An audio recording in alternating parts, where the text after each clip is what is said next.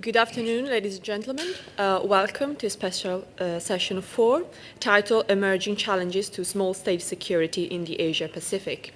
My name is Virginia Comolli. I'm the Research Fellow for Security and Development at IISS in London.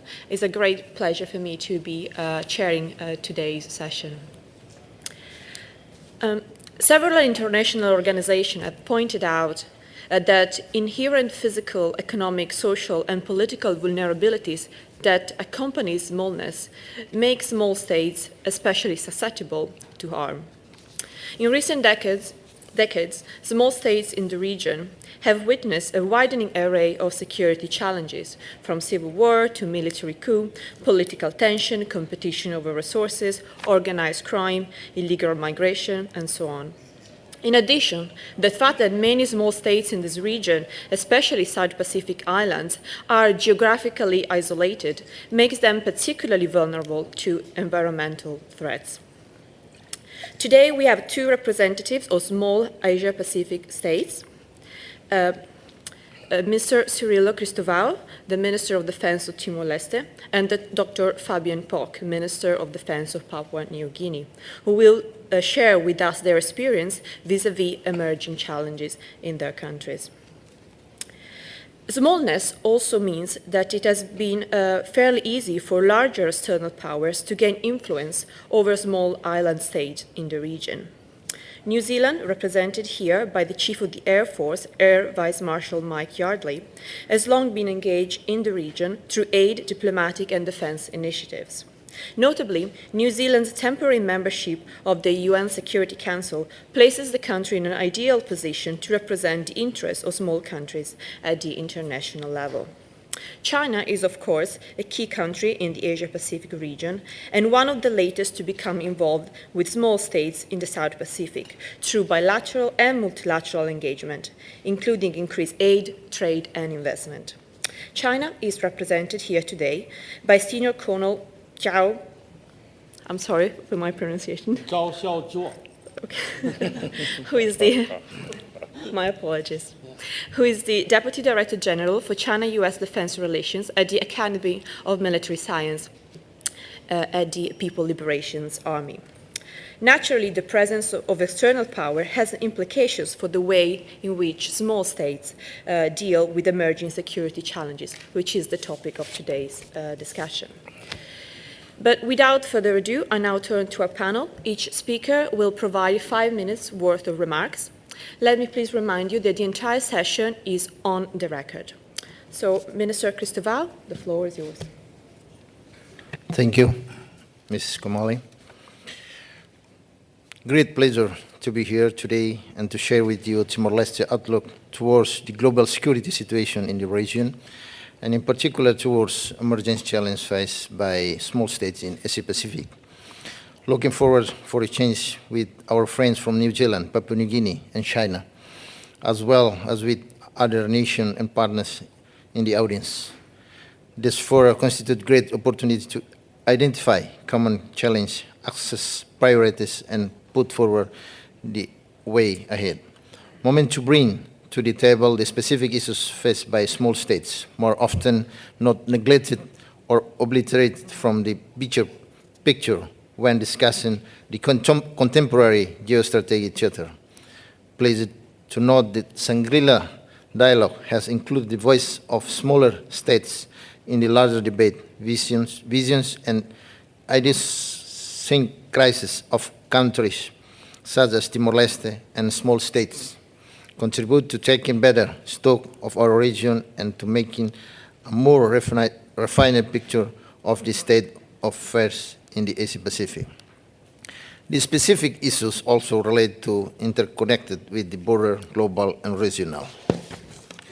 Timor-Leste assessment of the regional security context and the specific emerging challenge to small state in Asia-Pacific follows more recent and broader definition of security which encompasses notions of human security. Timor-Leste is highly aware and concerned with the proliferation and non-traditional threats, in particular those related to terrorism, transnational crime, and maritime security. Timor-Leste is particularly affected by the latter two. Our country also considers the particular challenge with small states. like our own face in this region, in particular those related to environmental sustainability and to economic and energetic security. No one ignores, and we differ, that Timor-Leste is a new country which successfully emerged from conflict, built its infrastructure, and is moving steadily towards developing its economy.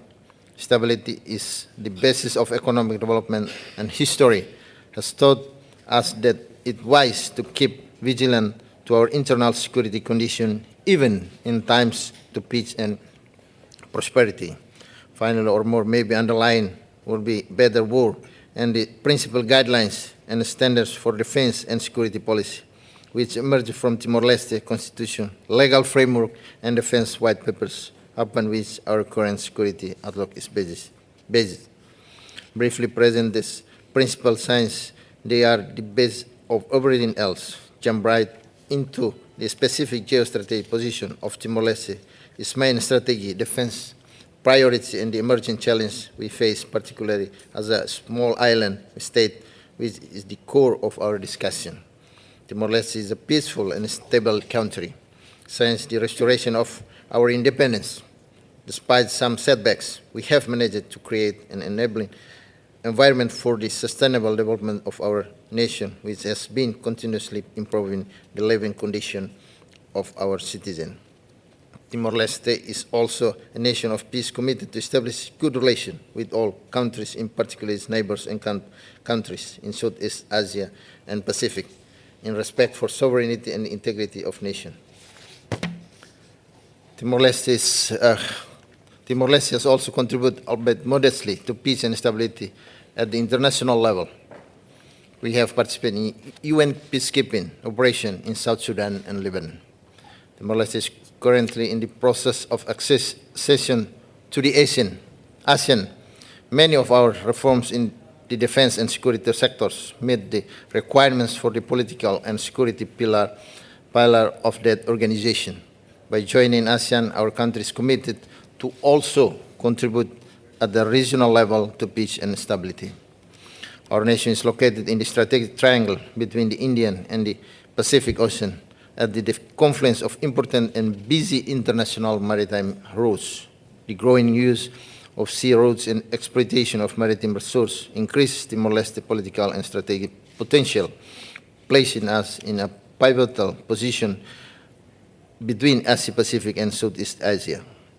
Being a half-island nation, the sea is a strategic priority for Timor-Leste and constitutes a vital component in its economic, environmental, energetic, and human security.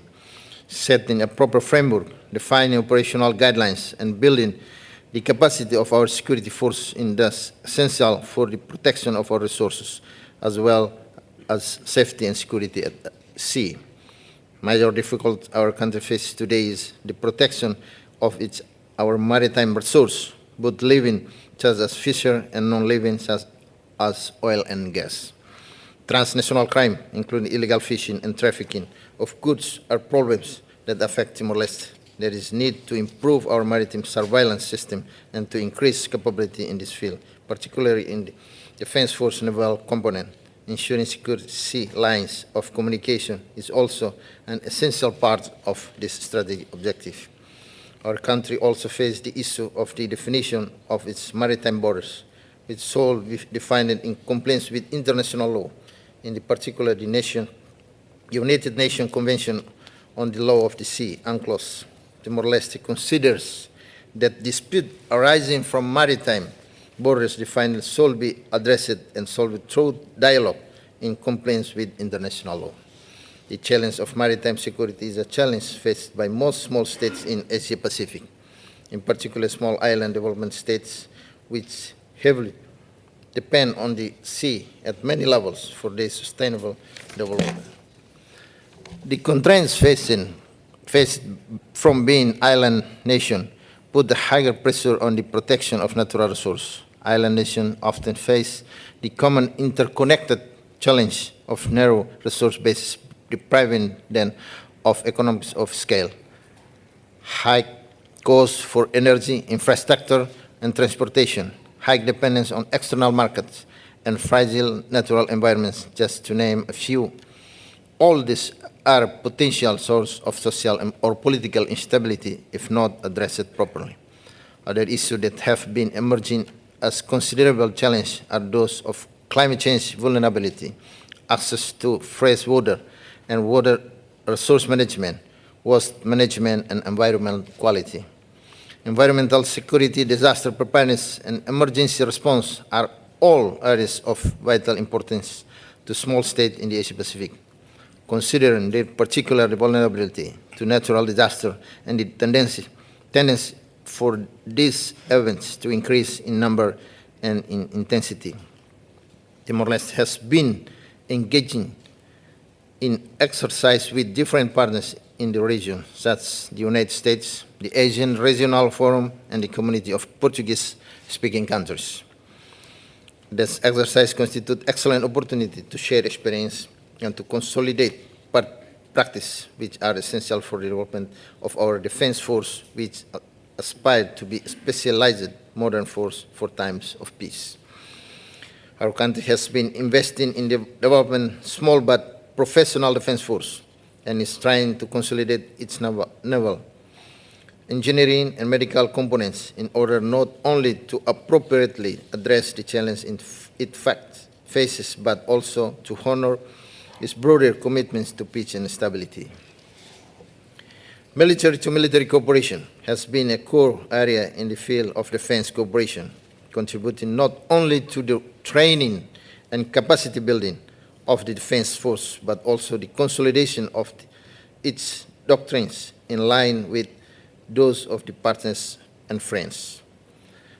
Our nation has been developed defense cooperation activities with different partners in the region and beyond at different levels and states, in particular in training and capacity building with Australia, Brazil, China, Indonesia, Japan, Korea, Malaysia, New Zealand, Philippines, Portugal, Singapore, and USA, and many others, either through formal agreements or through the good Office of Foreign Affairs, Defense, and Military. Our country is well aware of its limited military capability in facing global security challenge. Multilateral cooperation is increasingly indispensable, and Timor-Leste is fully committed to joining this trend and developing its defense cooperation, in particular its maritime cooperation. We are looking forward to further expand our relation with partners from the Asia-Pacific region. Defense diplomacy, mutually beneficial defense cooperation, and confidence building, in particular through formal state relations and long-term people-to-people relations, are also part of the broader strategy for building a sustainable, peaceful, and prosperous future in Timor-Leste and in the region. Ultimately, we aim at creating an enabling environment where people feel safe and secure, where all can profit from economic development and have access to benefits of globalization, technology, and scientific research, where all are free from injustice and impunity and are capable of fully enjoying their rights and of actively engaging in their responsibility as citizens. Thank you. Thank you very much, Minister Cristóvão. I'll now turn to Dr. Pock from Papua New Guinea. Is it on? Yes. Yeah. Thank you, Chairperson. Distinguished delegates, ladies and gentlemen. Thank you for giving this opportunity to speak on the topic of emerging security challenges for small island states in the Asia-Pacific region. This paper is presented from Papua New Guinea's perspective. There are many security challenges faced by small nation states, ranging from traditional to non-traditional, as the world evolves into a global community better connected by modern technology, and connectivity by linking nations to nations is expanding. For small states, we acknowledge that while traditional security remains the basic upon which governments frame national securities, human security strategies, human security and human insecurity are emerging challenges that demand equal attention.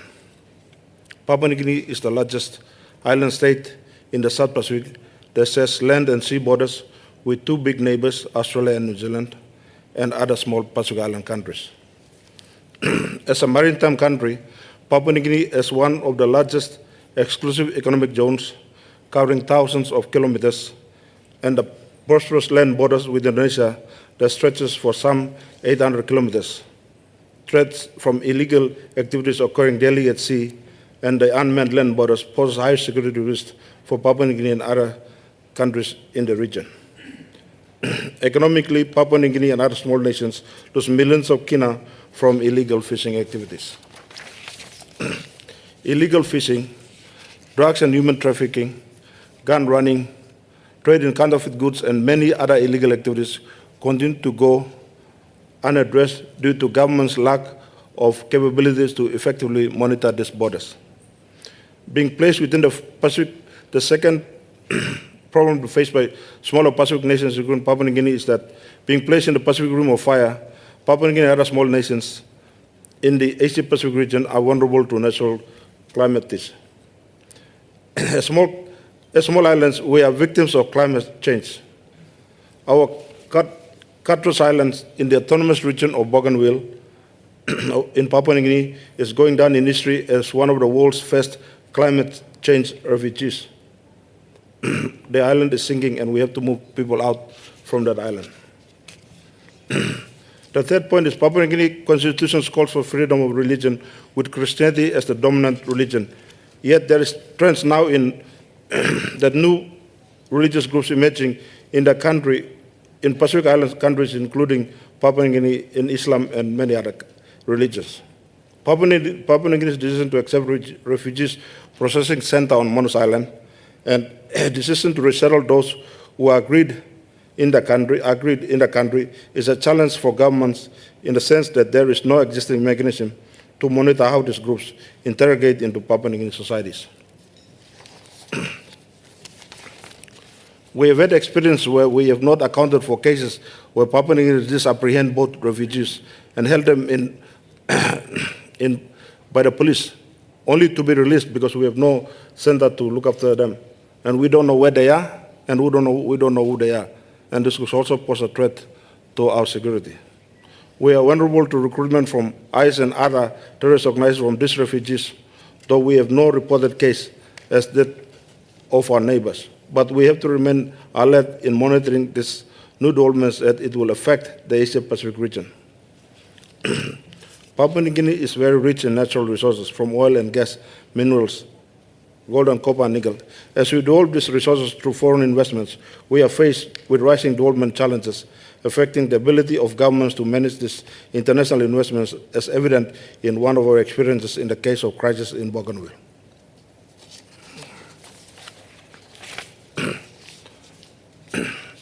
Internal problems include people from rural communities are flocking into urban centers with the hope of securing better lives, adding to this burden in the situation where people from resource-rich provinces are depending more on royalty payments from huge mining companies and no longer finding agriculture and farming an interesting means of sustaining daily lives.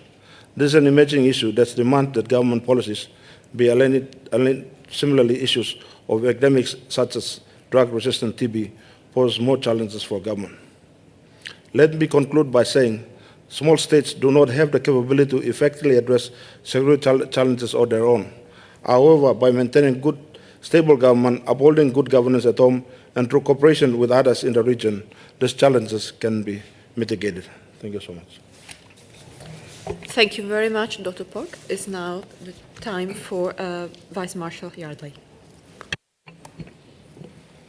Ladies and gentlemen, may I start by offering and passing on my thanks to the organisers, the International Institute for Strategic Studies, and particularly our facilitator here today, Ms. Virginia Comolli, for their huge efforts in running such a successful dialogue. This is my first Shangri-La dialogue since becoming chief, and I can just say it's a great honour to be here today and being offered this opportunity to speak at Asia's preeminent defence dialogue. It's certainly clear that the Shangri-La dialogue has become an important venue for addressing some of the region's toughest problems. So I have the opportunity here today and the privilege to talk a little bit about the emerging challenges to small state security in the Asia-Pacific. The states in the Asia-Pacific, which includes New Zealand, face a wide range of challenges. However, whether those nations are big or small, in my eyes, those challenges remain the same. The region is very large and diverse. The Pacific Ocean is 1/3 of the Earth's surface, and over half the world's commercial shipping passes through the waterways of the Indo-Pacific region. It encompasses large and small states and an extremely wide range of security challenges and issues, as we heard last evening from Prime Minister Lee. These may range from everything from countering terrorism to the competition for resources, from civil defence emergencies such as earthquakes or cyclones, to illegal people smuggling or displaced people. The importance of discussions such as this taking place here over this weekend cannot be underestimated. It is vital for the sake of collective regional security that those involved in providing that security have an opportunity to get together in forums such as this. I have been to a number of events like this in my role as Chief, and I see their value being not just in the discussions that take place, but the good relationships that are formed, whether that is at the ministerial level, secretary, or senior military levels of those countries attending. Consequently, talking to each other in a constructive way enables us to advance substantive cooperation on the vital security challenges that confront us. This cooperation and dialogue is a hugely valuable way to approach security issues. The people-to-people link at all levels across the region is critical to its stability. However, actions are also what matter, and support for our neighbours is a very important part in the Asia-Pacific region, whether it is support with exclusive economic zone surveillance, or with disaster support, or just enhancing their military capability. Relationships are important for stability. I know that the New Zealand Defence Force, for example, appreciates very much the opportunity to participate in this dialogue, which we are now regular participants at. Also attending this year's dialogue is our Minister of Defence, the Honourable Gerry Brownlee, who will speak tomorrow around the prevention of conflict through the strengthening of regional order. The New Zealand Defence Force and the New Zealand Ministry of Defence are at the moment considering our own security challenges through the publication of a new Defence White Paper due later this year. The New Zealand Government last published a Defence White Paper in 2010, so it is timely that we take another look at the strategic context within which New Zealand sits and the security challenges before us. As a trading nation, far from our markets, we are somewhat isolated in a physical sense from some challenges that other nations might face. But that does not mean that we do not feel the impact. Over half of New Zealand's trade flows through the South China Sea. Should those trading lanes be affected by conflict, the New Zealand economy would most definitely be affected. Regional security and stability is as vital to New Zealand as it is to every other country represented in this room. New Zealand's approach to security, in particular maritime security, is anchored in our strong support for international law and the law of the sea. As a small state, these rules, norms and behaviours are of the utmost importance to us. In the efforts to further strengthen regional defence and security cooperation, it is crucial we collectively work to build upon regional trust underpinned by transparency, consensus, and mutual respect. I have no doubt these comments have a very familiar ring to everyone in this room. Thank you very much, and I look forward to your questions later. Thank you very much. Senior Colonel Zhao. Thank you, Chairman. It's a great pleasure and honor for me to talk about China's views and what China has done about the security concerns of small countries. When we talk about international security or regional security, we often talk about big countries like the US, Russia, China, Japan, India. But international community is composed of over 200 countries, and most of them are small and medium countries. Only a few of them are big countries. And in Asia-Pacific region, the same. In this region, we have the top three largest economies, the US, China, and Japan. We have 3 members of the United Nations Security Council, the US, Russia, and China. But most of the countries are medium and small countries. So compared with the big countries, I think the small countries have less resources, less means, and more difficulties in maintaining peace and stability. So when we talk about international security and regional security, we should take look after the security concerns of medium and small countries.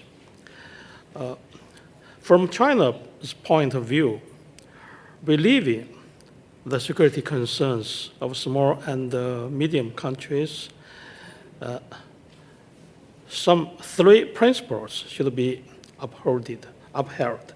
The first one is any country, either big country or small country, are equal. And they should respect each other in pursuit of win-win. And the Asia-Pacific is large enough to accommodate all the big powers and small and medium countries in this region.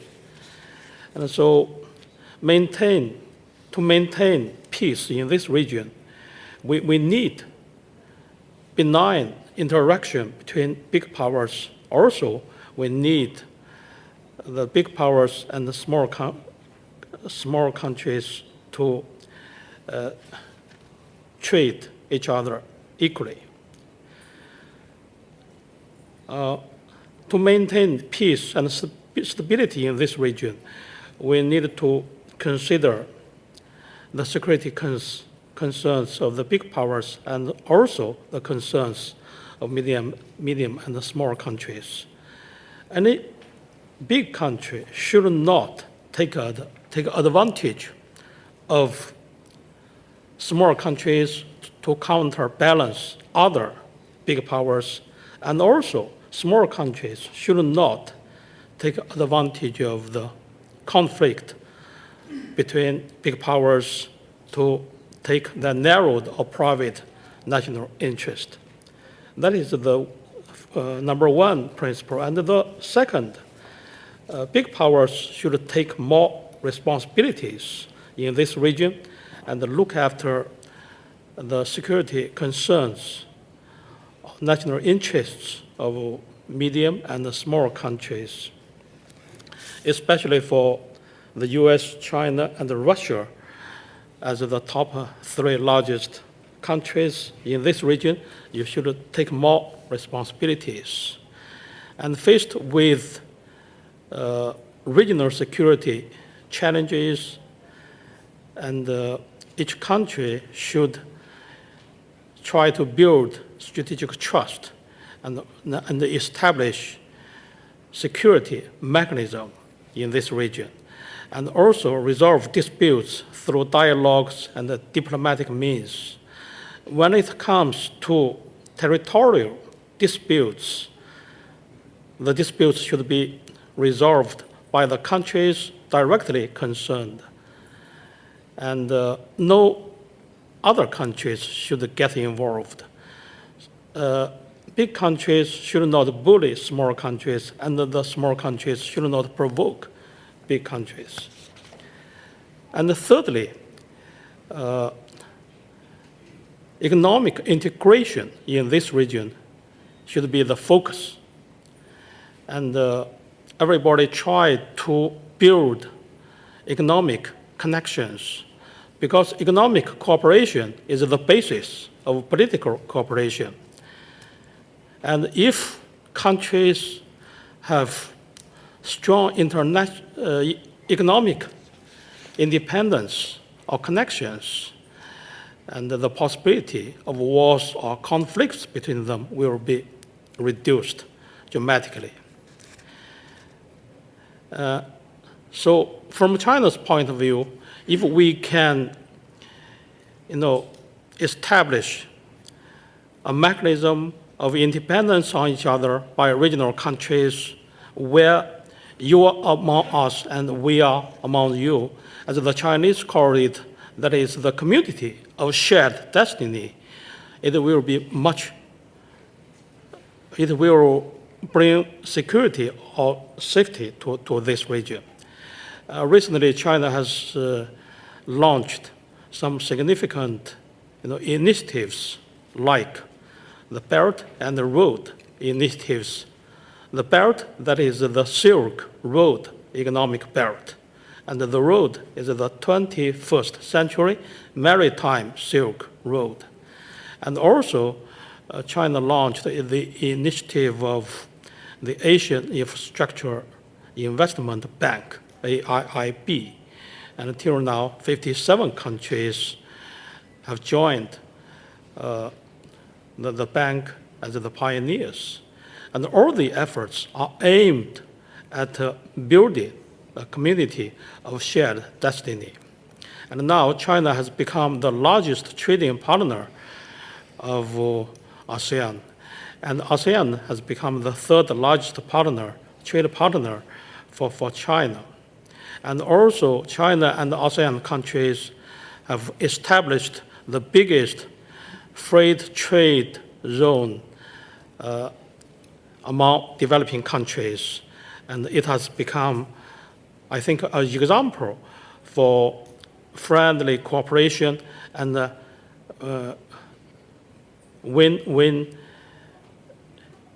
very good example among developing countries. And over the past decades, China upholds 5 principles of peaceful coexistence.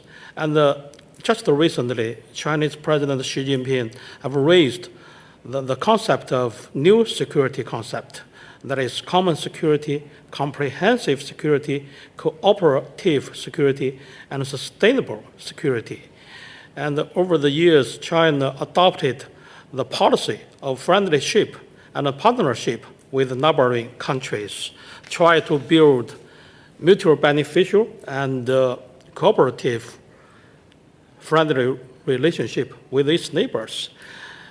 China is trying to build the new type of China-US major country relationship.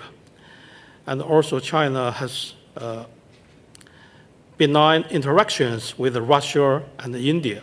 I think a stable and friendly relationship between big powers will provide more room for small and medium countries to develop and to survive.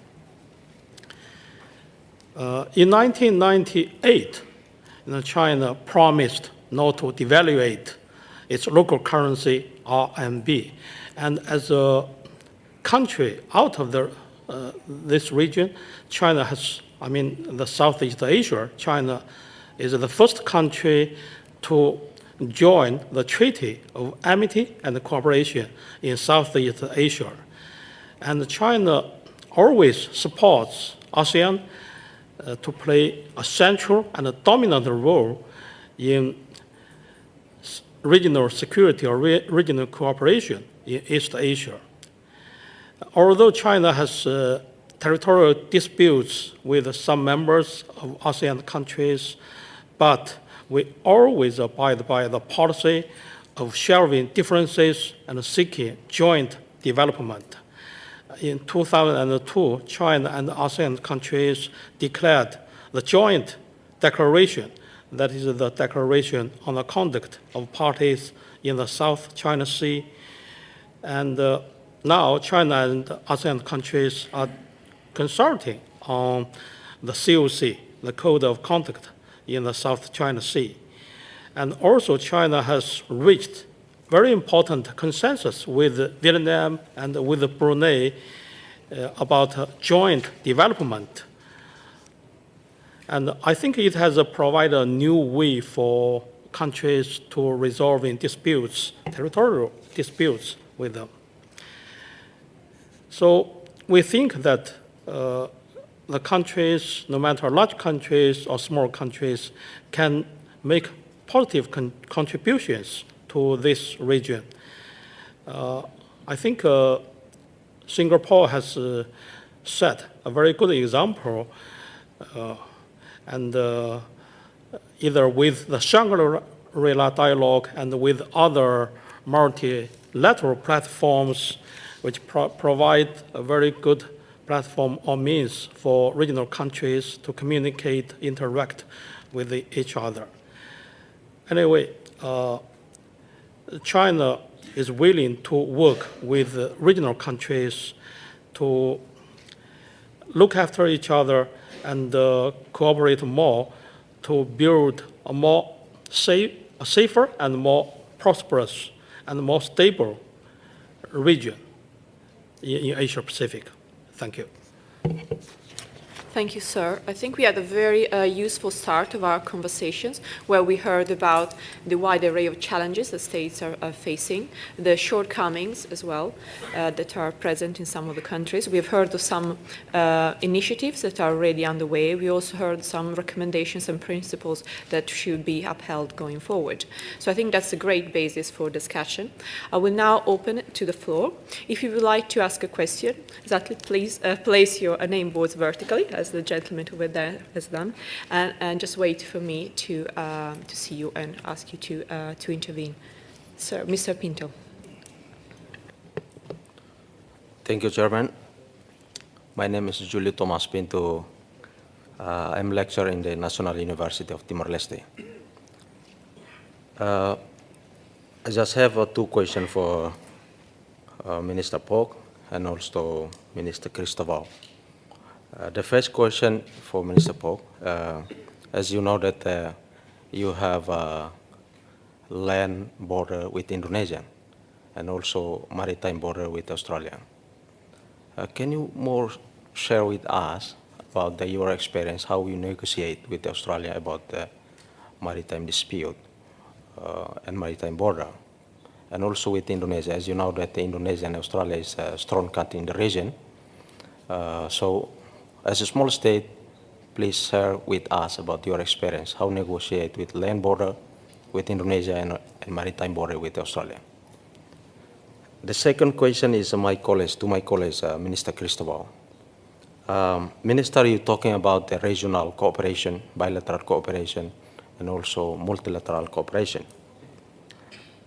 As we know that Timor-Leste is a small state, new country.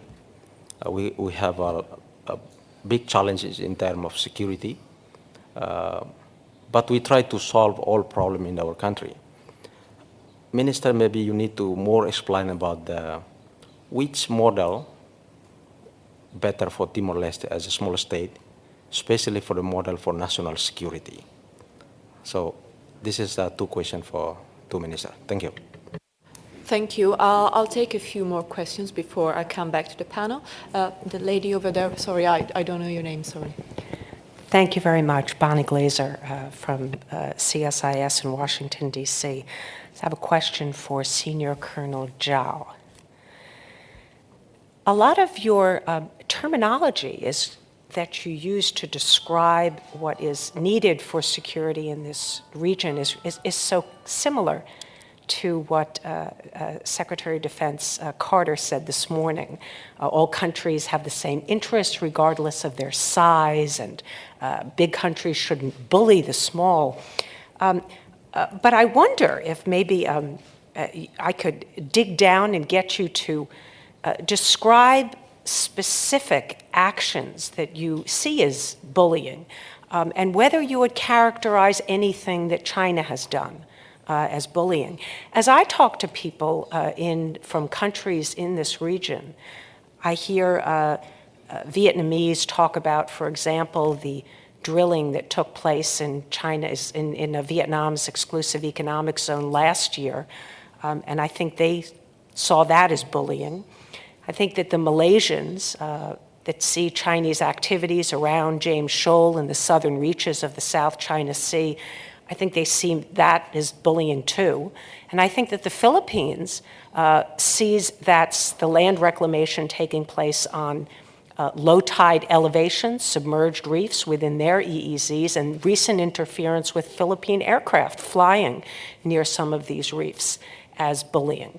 So I wonder whether you can clarify or explain what you see as bullying behavior. And surely you wouldn't agree with what I have characterized as bullying behavior. But if you put yourself in the shoes of the countries of the region, what do you think they see as bullying behavior, and how would you characterize how China is managing its relations with these smaller countries? Thank you. Nick Redman. Thank you, Virginia. I have two quick questions, if I may. First one is for Senior Colonel Zhao, and it's actually a direct counterpart to Bonnie Glazer's question, because you not only said that large countries shouldn't bully small countries, you also said small countries shouldn't provoke large countries. And I was interested, when you wrote those words, did you have any examples in mind? For our two participants, please, from Timor-Leste and Papua New Guinea, the dossier that we released is quite interesting on the subject of the dilemmas for small states in trying to manage their great power relations in this region. And I just wonder if you could cast more light on this from your perspective. To what extent would you prefer to see more engagement from the great powers, maybe to help you assist in capacity building or managing the global commons? And to what extent is that balanced against a fear of perhaps wanting to isolate yourself somewhat from great power tensions and competition and spheres of influence building? Thank you very much. Sorry, for our panelists from New Zealand, I don't have a question for you, simply to say that a small country is doing a pretty good job of holding its own against the larger one in Yorkshire right now. I will take one more, the gentleman over there. Thank you very much. David Andrews from Australia. This is, I suppose, a question to the whole panel, but perhaps more specifically to Ministers Cristóvão and Poc. I'm interested, I support everything that everyone has put forward so far. I think they're all very valid and accurate points, but I'm intrigued to know what perhaps more or different you would like to see from larger countries, or whether that's particularly from Australia and New Zealand, to direct it to the Air Vice-Marshal as well, or from other larger countries around the region. Are there things which are occurring presently which are ineffective or less effective? Are there things that perhaps we could be doing more of or differently? I guess I'm intrigued to see what really practical considerations we can take away and then hopefully implement to assist you in combating some of these challenges that you've outlined today. Thank you. Okay, thank you. I'll now come back to the panel in the same order as we started earlier. Minister Cristóvão, would you like to comment? Thank you, Mrs. Comolli. I'll try to respond to some questions.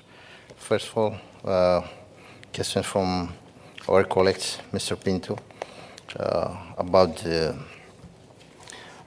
model of best model of our cooperation in terms of regional cooperation and multilateral cooperation. As you know, East Timor is a new country, and we got our independence in 1999, and our foreign policy is more friend and zero enemy. And we have experience in the past in 24 years with struggle with Indonesia. That's why we have a lot of our commitment is have a lot of friends and more cooperation in terms of regional and geostrategy. Our nation is in Asian, and now we commit to come to as a member of Asian country. And in terms of multilateral cooperation, we have cooperation with other countries especially in Portuguese speaking countries. And it's a bad basis on our experience model of cooperation. I think it's the dialogue with each other, and a good neighbor it's a good model how to cooperate each other and respect other countries based on sovereignty on each country. Second question is from Australia, maybe Australia and New Zealand. East Timor, I think we have now have a very good relation with two countries, New Zealand and Australia.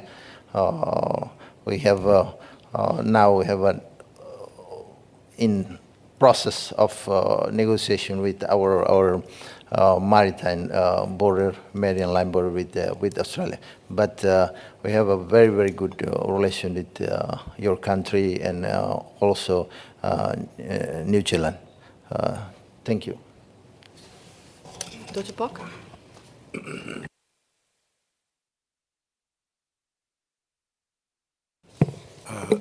Thank you so much.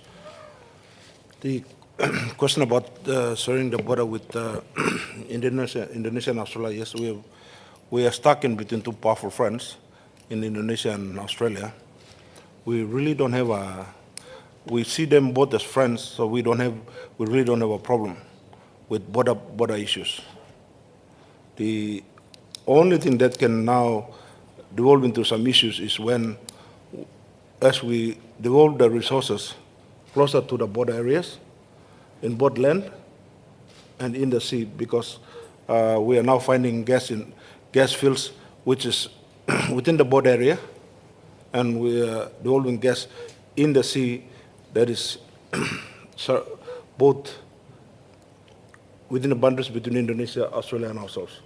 So these are the issues that will come up very shortly, which I believe will come up very shortly, that we need to sit down and work out.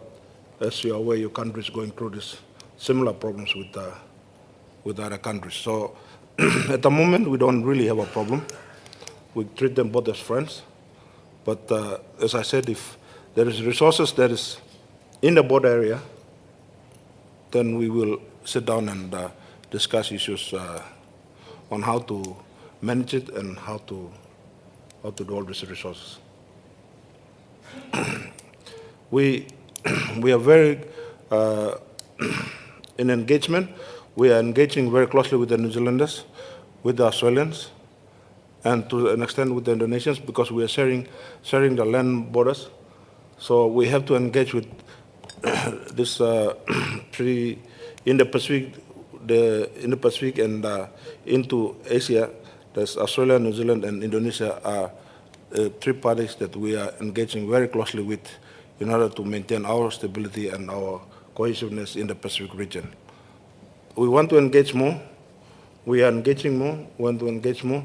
But the engagement, as we always believe as small countries, it must be beneficial to both parties. It can't be a situation where the engagement is favorable to one or the other.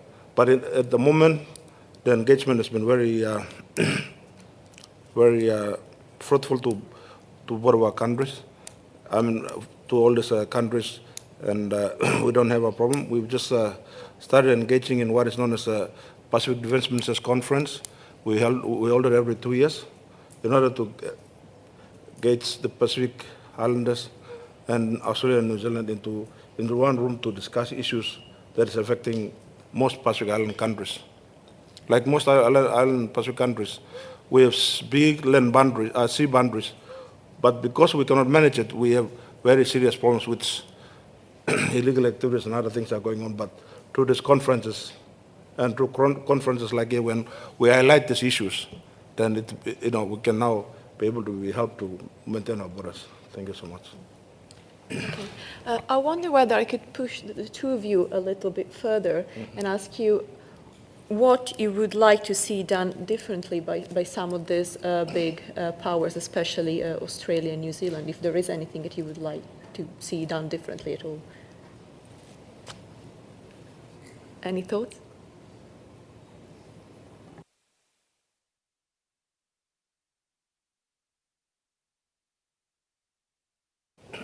Can you repeat the question? Yes. One of the participants asked if you could, well, what would you like to see done differently by some of your larger partners, especially Australia and New Zealand? Is there anything? Thanks, Comolli. Yes, Timor-Leste have a neighbor with Australia and New Zealand, especially New Zealand. Australia is our neighbor. Also we have a neighbor, Indonesian. But I think in our perspective, like I mentioned, that we have now a very good relation with Australia. We have in terms of negotiation some dispute about the maritime median line until now, but we committed to resolve our dispute in negotiation about our median line with Australia, and based on international law and based on dialogue. Because we have also have a long history with this, especially Australia. In Second World War, have a lot of veteran, and East Timor have a lot of contribute to help this veteran, and that's why, in terms of our perspective, we set up our neighbor based on dialogue and mutual respect with our neighbors like Australia and New Zealand. Thank you. So David, maybe another part to that question that you asked about what else could we be doing. I think putting in perspective to start off with, what are we doing and how do we get there? It's very much a mutual dialogue between our nation and whether it's the South Pacific, Timor-Leste, Papua New Guinea, etc., to determine what their priorities are. Where do they want to seek the support? What can they manage during the next 12 months? Because we certainly don't want to come in and just assume that we know what's best for a nation and perhaps be offering something that either is of no use or value to them, or perhaps they don't have the resources at the moment to accept that. And so I think it's really important to understand that we do have these dialogues annually with each of the nations to determine for them to put in front of us what they would like from our nation and how we could support them.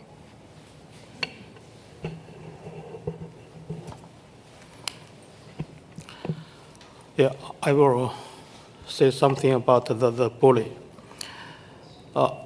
Bonnie asked me to give some specific examples, so I will start from the examples. When two countries have territorial disputes, how to resolve it? Basically, two kinds of methods. The first, that is through peaceful diplomatic discussion. That is the common way. And another, probably, that is use force or threat of use force. And I think in 1980s, the senior Chinese leader Deng Xiaoping raised the concept of sharing differences and exploring joint adventure. I think that is a very big, very creative idea. And the idea kept the safe situation in the South China Sea for 30 years. But until 2009, 2010, things are gradually changing. I give you an example. For example, April 2012, there was a confrontation between China and the Philippines. What caused that incident? Because the Philippines sent armed ships and drove the Chinese fishing ship working in the disputed area, and also they arrested Chinese fishermen and put them on the deck of the ship under the sunshine, and some of them were tortured. And later, several cases, the Chinese fishermen were kept in the Philippines, and even after diplomatic discussions, consultations, not so much progress has been made. I think that kind of behavior is bullying. If you take somebody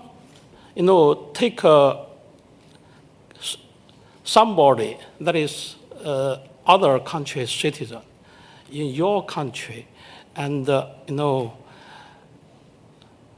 treat them under the local justice or something, I think jurisdiction, I think that will make the situation more difficult, make the issue more difficult to resolve. And another example is about the provocation. You see, last year, May or June, the incident of China's 981 rig platform, I think everybody have the memory about that. At that time, China was digging, trying to find the test if there is any oil there. The place is 18 miles from China's island. And the Vietnam sent so many ships, try to attack the Chinese ships. And some of them have the videos, take all the videos and in favor of them, especially in favor of them, and send the videos to the office of the U.S. Senate or U.S. Congress, the Congress members in the office. And so if the Congress members, they turn on the TV, they can see what's happening there. And all the information are passed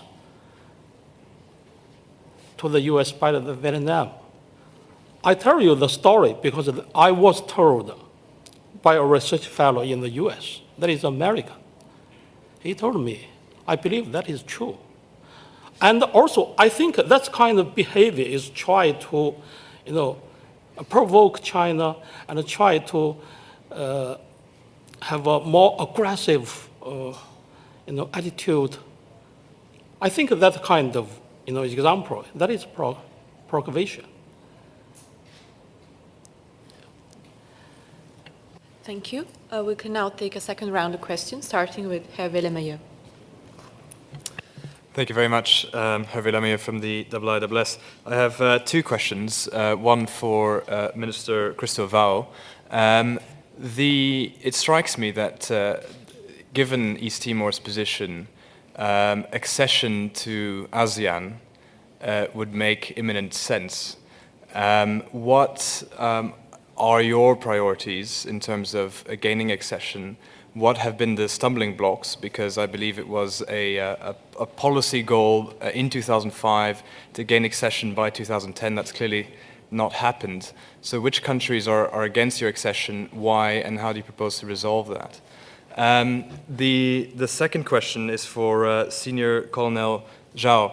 It strikes me, I mean, you mentioned that there really is only one way of resolving territorial disputes, and that's by two countries sitting down together. There's an inherent asymmetry involved with a larger country and a smaller country. And you also mentioned that there's two ways. There's either the peaceful cooperative route, or there is the threat or the latent threat of force.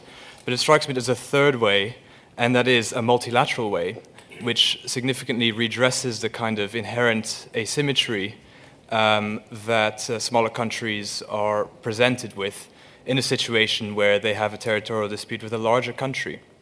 And that, I think, perhaps viewed by Beijing, would be seen as an attempt to internationalize a territorial dispute, and is not seen as the best route forward. But you must be able to concede that being a smaller country, that would make strategic sense. And I think going back to what took place in 2012 when Cambodia was the chair of ASEAN, the code of conduct was deliberately removed from the agenda. And there was no agreement made by ASEAN countries following Cambodia's chairmanship, very controversially for the first time in ASEAN's history.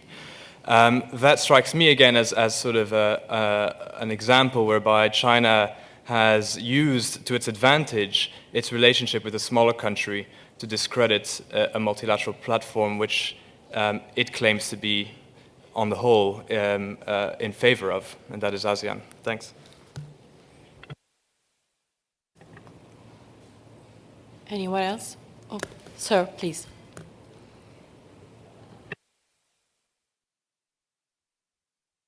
Thank you. I'm Ren Xiao from Fudan University, China. I have a comment on Bonnie's comments on Colonel Zhao's presentation. Bonnie, I think your comments are well taken.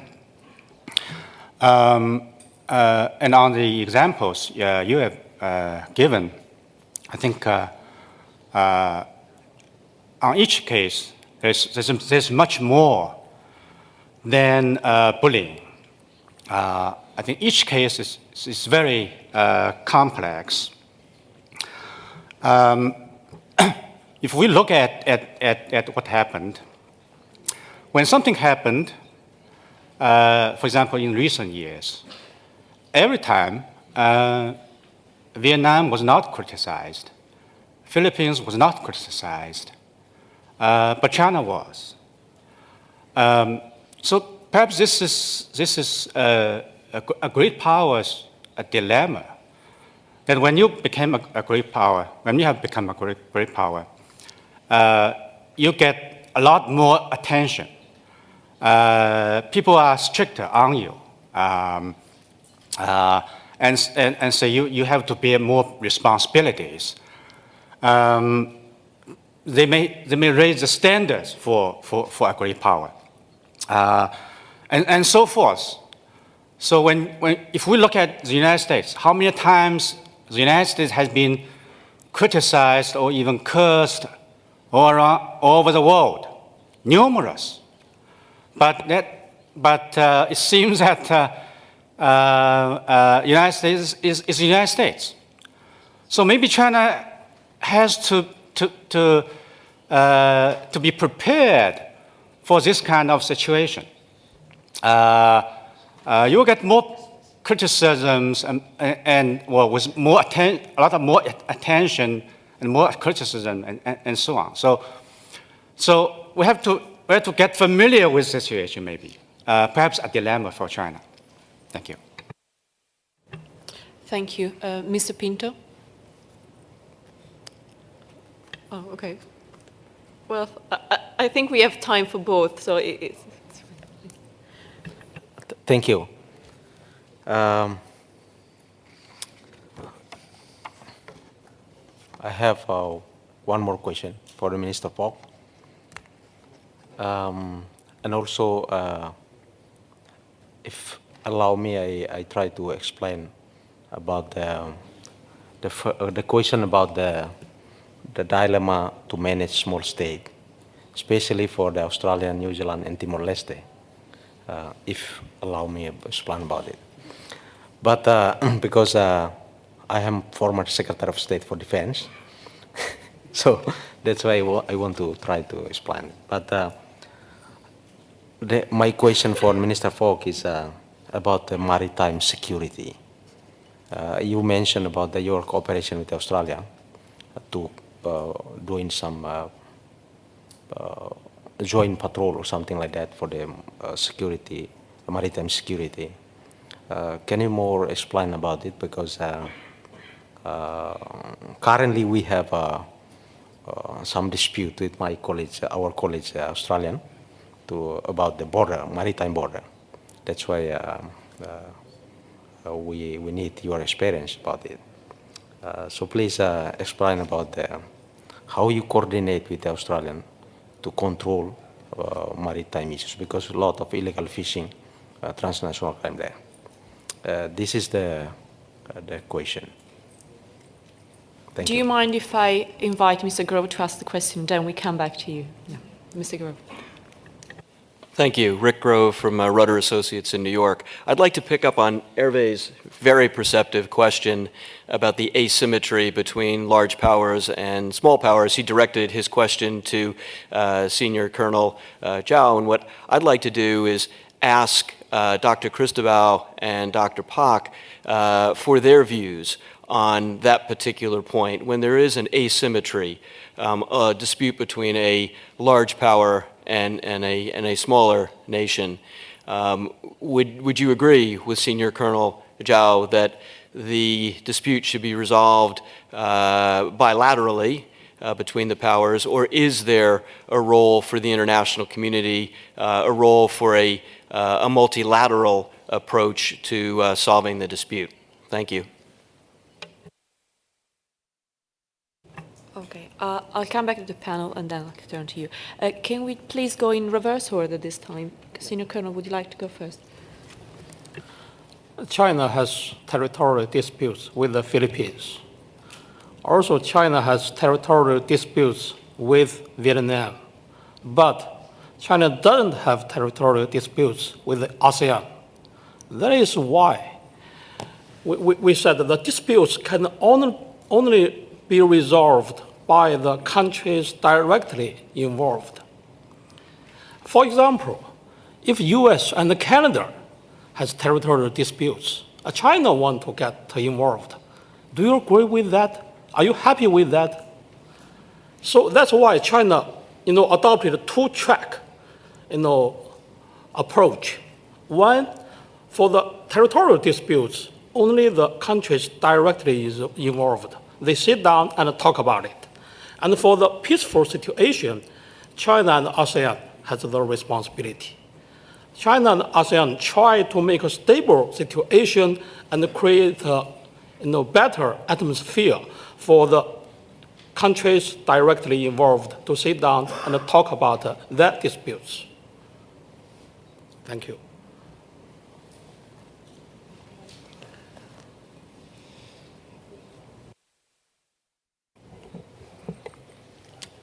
Thank you, Mr. Colonel. I tried to respond to your questions. Very good questions. In terms of our accession to the ASEAN, I think as a new country, and as I mentioned earlier, because in geostrategically, geopolitically, our nation is in the region, Asian region.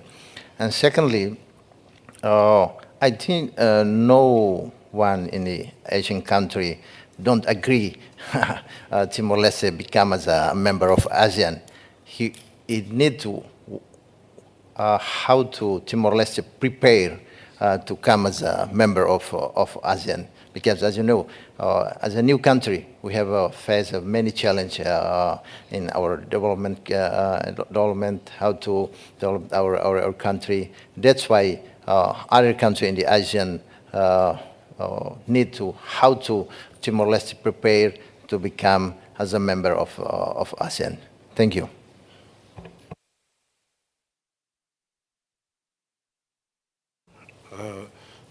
To ask, the gentleman asking the question,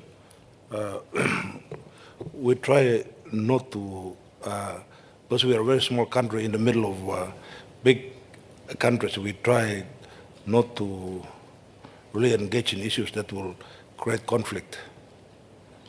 So at the moment, we really don't have any issues with our big neighbors at the moment.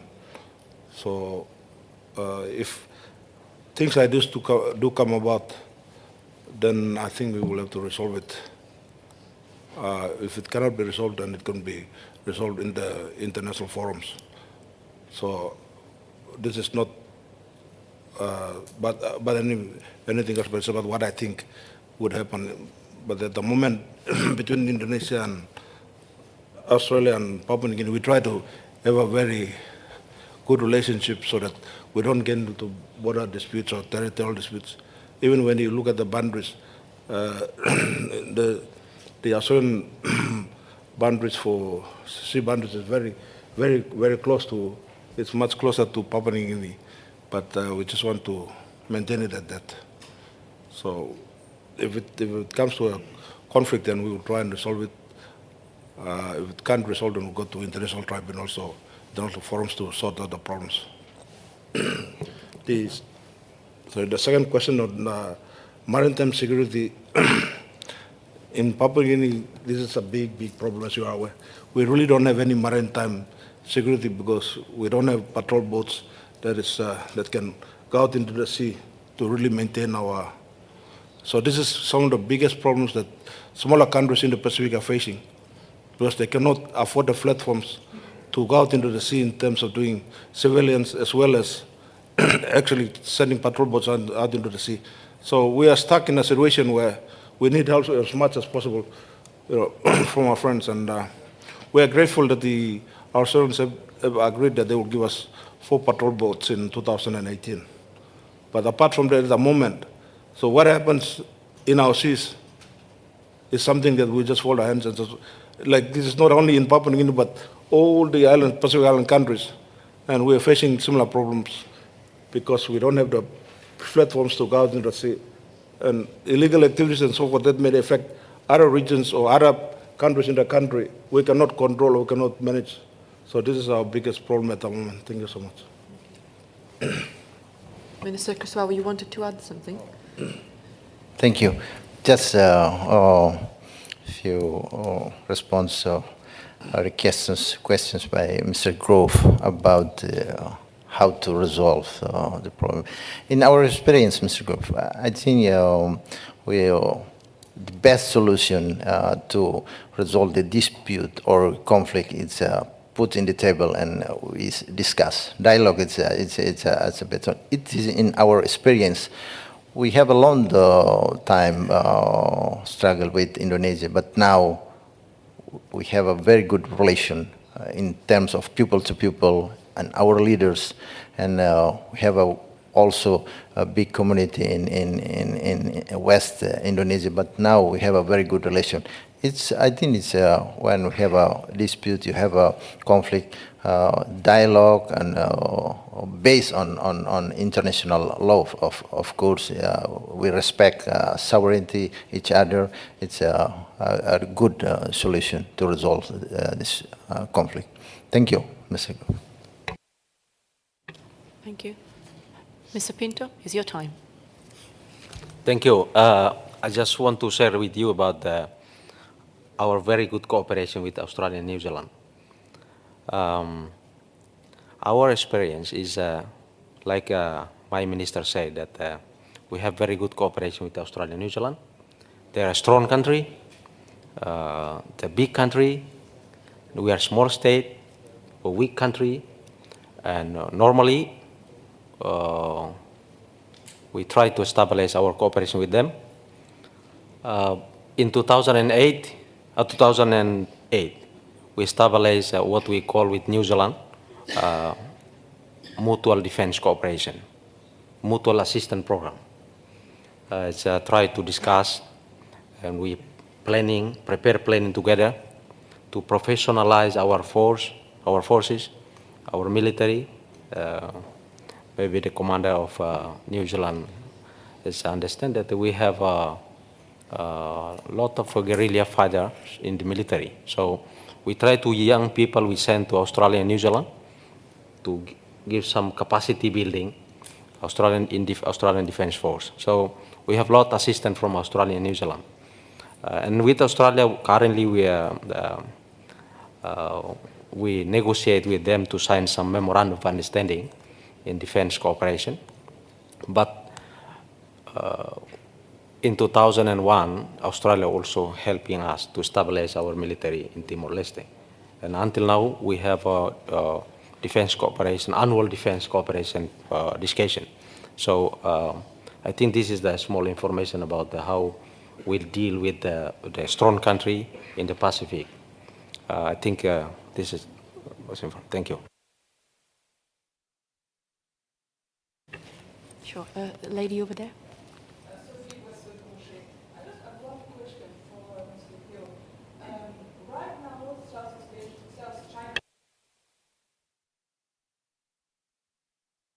Goes on with its trade, it will be mostly a Chinese sea. Don't you think the national community to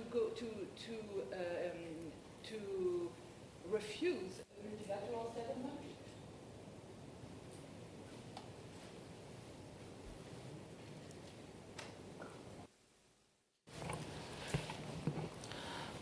I think it's understandable for the international community to pay attention to this issue because South China Sea is a maritime passage. And it's a very important communication line for many countries. But the navigation of freedom of navigation has never been affected in this area. China doesn't ask the whole South China Sea is China Sea, no.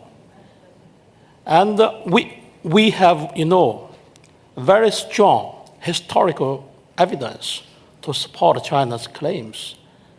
I mean, for the islands. But the freedom of navigation over flight has never been affected.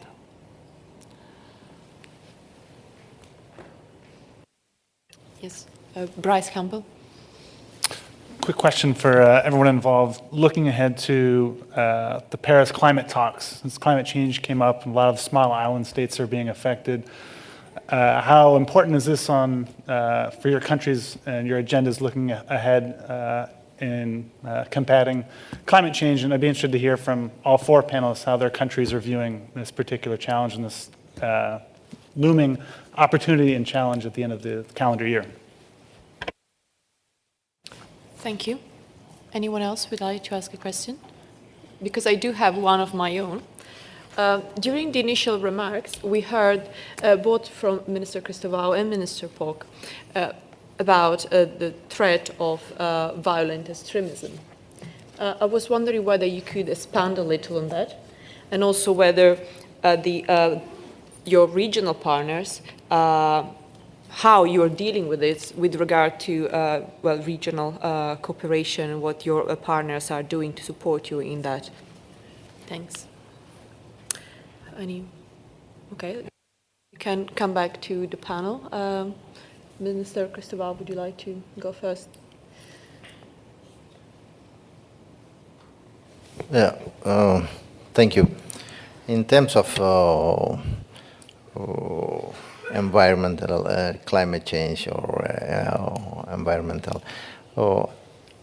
In our country, it's a small country, but we face this problem also about the climate change. But I think we have a very good relation with our neighbor country like Australia, Indonesia, and it's the relation. It's when Indonesia have as you know, have a tsunami in Aceh, we come as a part. We are big, a small country, but we come as a friend and we help us. And also when we have a problem about climate change and or like this in our country, so our neighbor country, we have a good cooperation in this area, and we share to help us to resolve, attend this problem. Thank you.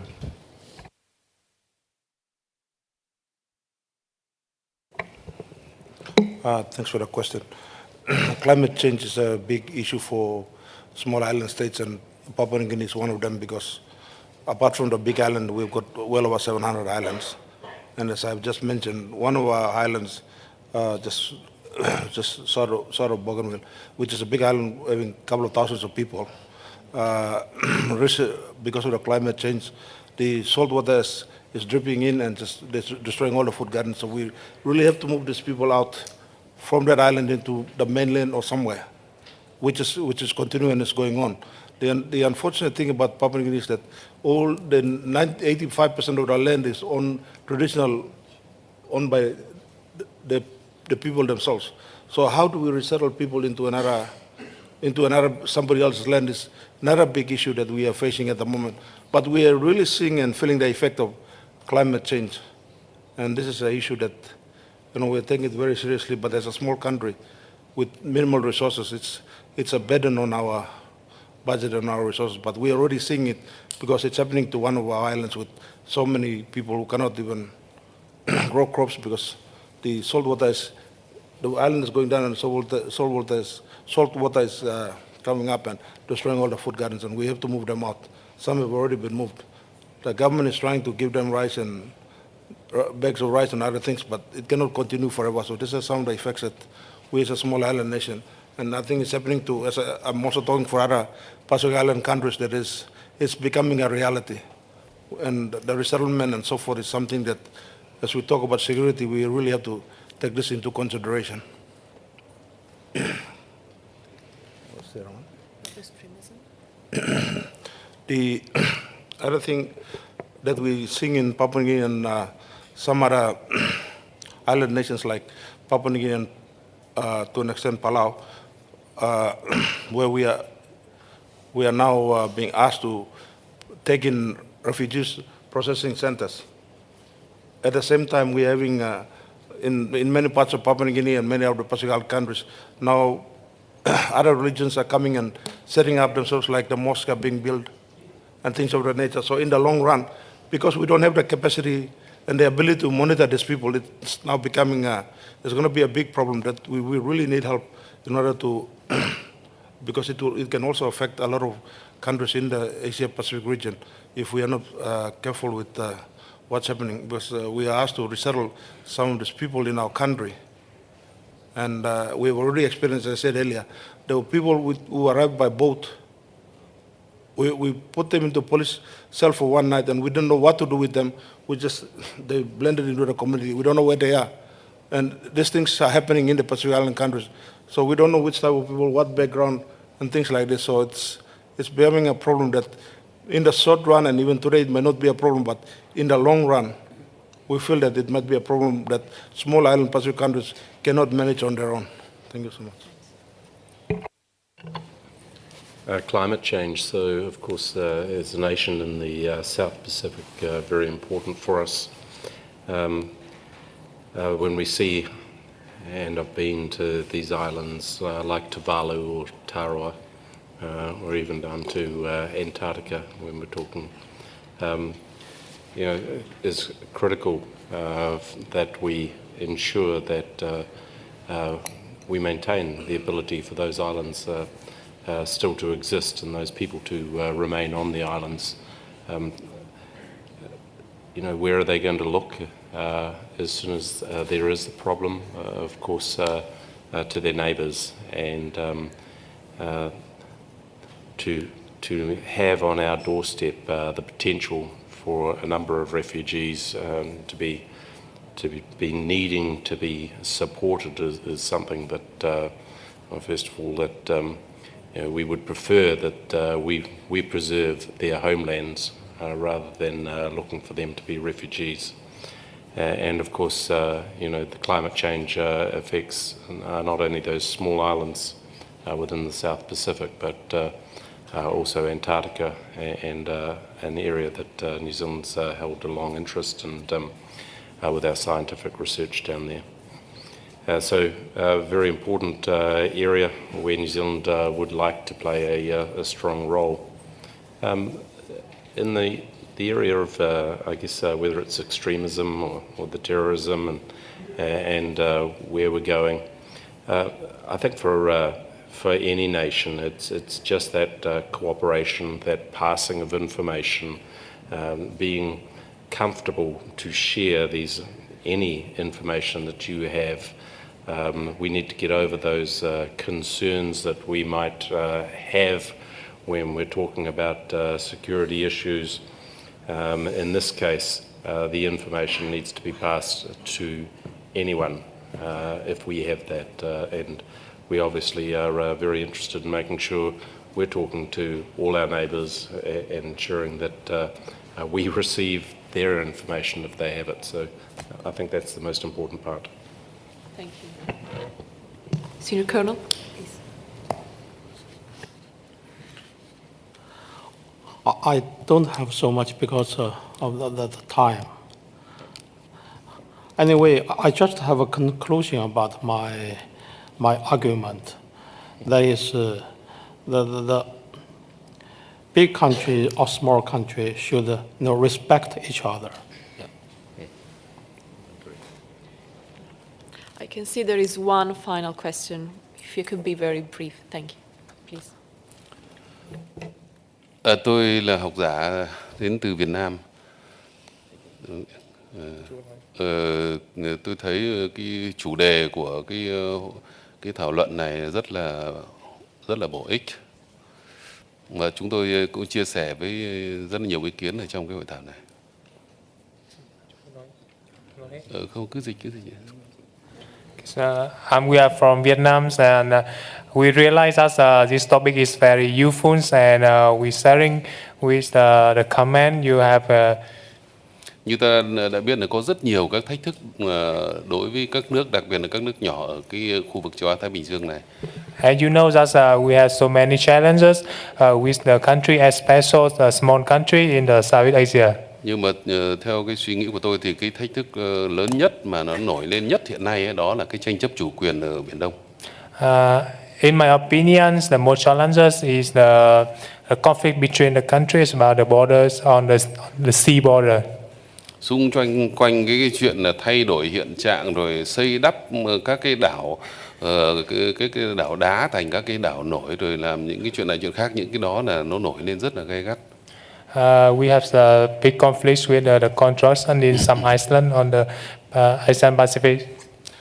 Chúng tôi quan điểm của Việt Nam chúng tôi á, là cần phải giải quyết cái tranh chấp này bằng các cái phương pháp hòa bình trên cơ sở luật pháp quốc tế và tôn trọng các cái luật pháp quốc tế.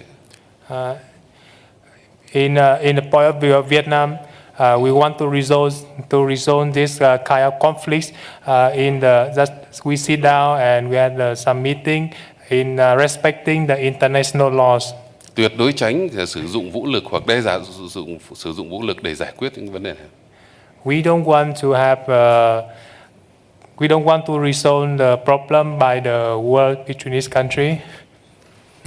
Với các cái hành động hoặc là các cái việc làm của Việt Nam chúng tôi thì các nước cũng đều biết cả, như là cái vụ giàn khoan HD981 của năm ngoái ấy, thì chúng tôi cũng thực hiện theo đúng cái phương châm là là dùng cái phương pháp hòa bình và tôn trọng luật pháp quốc tế chứ không dùng vũ lực. As for examples, in the past last years, as all of you know, that for about the oil exchange, the 9H1, we have used a very peaceful way to resolve the conflict.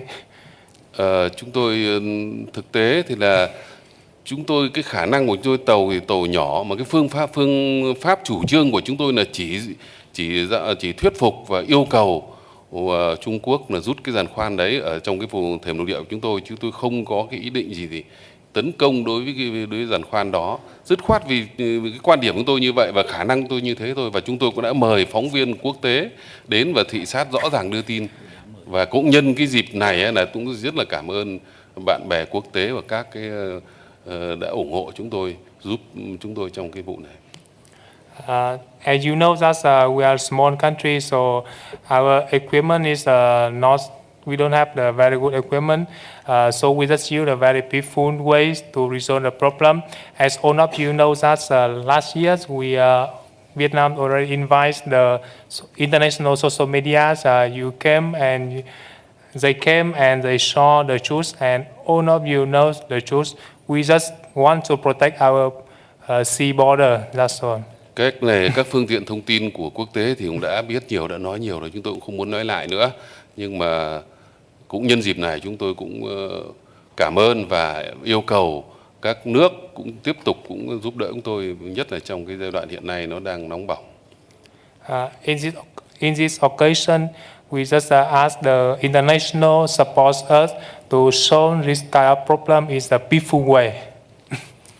Các nước mà có lợi ích ở khu vực này và các nước có ý định góp phần mình vào để cho giải quyết cái tranh chấp cho nó bằng hòa bình ổn định của khu vực thì chúng tôi cho nó đều rất là quý, và các nước lớn thì càng phải nghĩ đến cái trách nhiệm của mình và cái lời nói phải đi đôi với việc làm. We are thank you for the international support, and we hope that the big country should be action, have responsibility with the action, and to keep the peaceful in the region. Xin cảm ơn. Thank you very much. Well, thank you for sharing the experience of Vietnam. Thank you. Well, we have run out of time. I think we have a very productive discussion today. Thank you all for your contributions, very pertinent and challenging questions. But most of all, I'd like to thank our speakers who have been very generous with sharing their knowledge and expertise. So before we leave, please join me in thanking our panelists. Thank you.